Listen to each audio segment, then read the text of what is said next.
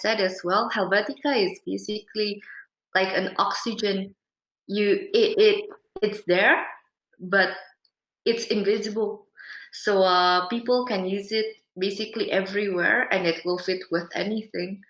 So I think that it's one of the things, and also there's the imagine there's a slider in between the standard and unconventional, and we are basically right now going through from the standard to the unconventional slider, going back and forth again and again.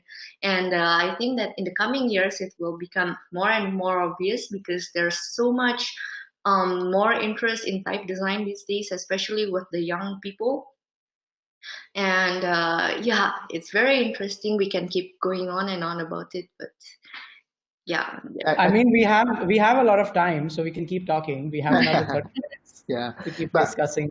Yeah, I think for me, my take now is like, okay, we don't have to worry about, type or typography, or type should be more towards the conceptual side or the standard side. I think why can't we have both? I mean, we can have the best of the both worlds. You get what I mean? Yeah. So I think having choices, options is always better.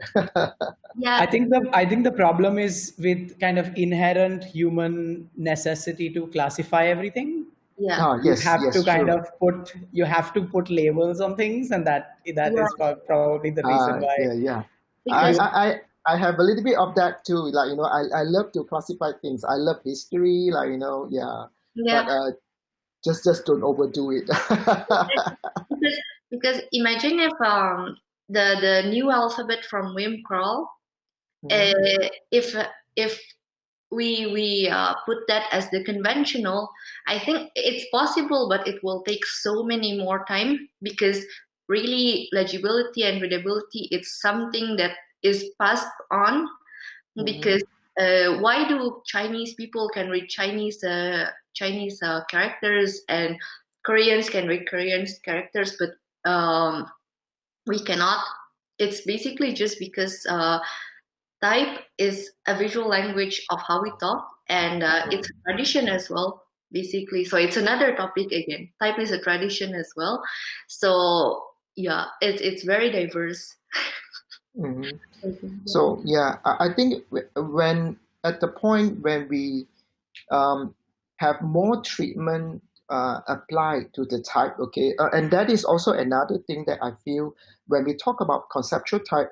Are we talking about the intrinsic structure of the type design itself, or the additional treatment added to it? So the additional treatment added to it could be the arrangement. It could be some form of distortion or additional texture added to it. I would say those are considered something that is a little bit more on the external side. Okay, so if let's say we want to go deeper to focus on the type design itself, so while retaining the intrinsic structure where we can recognize this is A, this is B, and this is C, okay, but itself can have a certain expression to it, so then probably it will be a lot easier, the topic can be a lot more focused. But when it comes to additional treatment to it, it complicates the whole things, which will excite more debates, okay? So again, not necessarily a bad thing. So I think here, I just like the topic where it prompts more question than answer.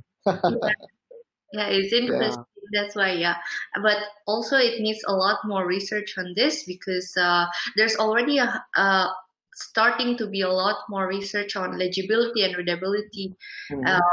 However, the topic of conceptual type itself, which actually had its own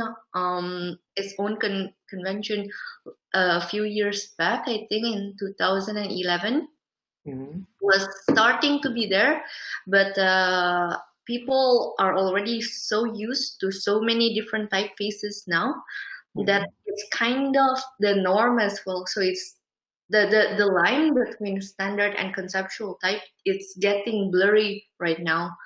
So I think the norm is also another big factor, because during your presentation, you talk a little bit of the history. You mentioned about in the old days, like during the Gutenberg time or before the Gutenberg's time, the main typeface used is black letter, this category, right?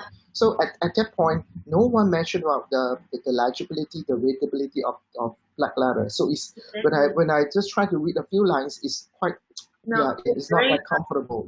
But at the time, it's a norm. When it's a norm, people just accept it. So same when everyone is okay with the serif typefaces. Okay, in the late 18th century, early 19th century. I mean, is it no?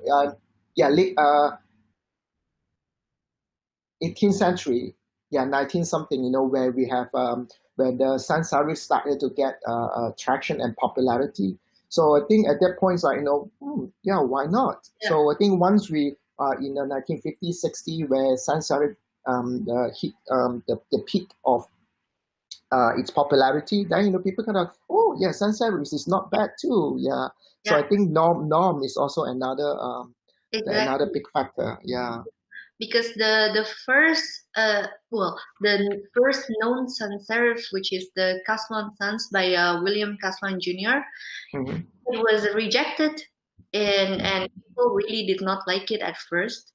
But then coming to the Industrial Revolution, people are starting to explore more and more with the slab serif as well coming through, and just it's a topic that can keep on expanding and expanding all the time. So and just now I on my, I mean, because I didn't wear my mic, I didn't wear the earpiece, so I just let it on. Then my son's like, how come the speaker keep on mentioning my name, because I named my son after Caslon. Speaking of Caslon, it reminds me of that. Okay. So actually, Terence is my professor when I was in university. Lecturer, not professor. Lecturer.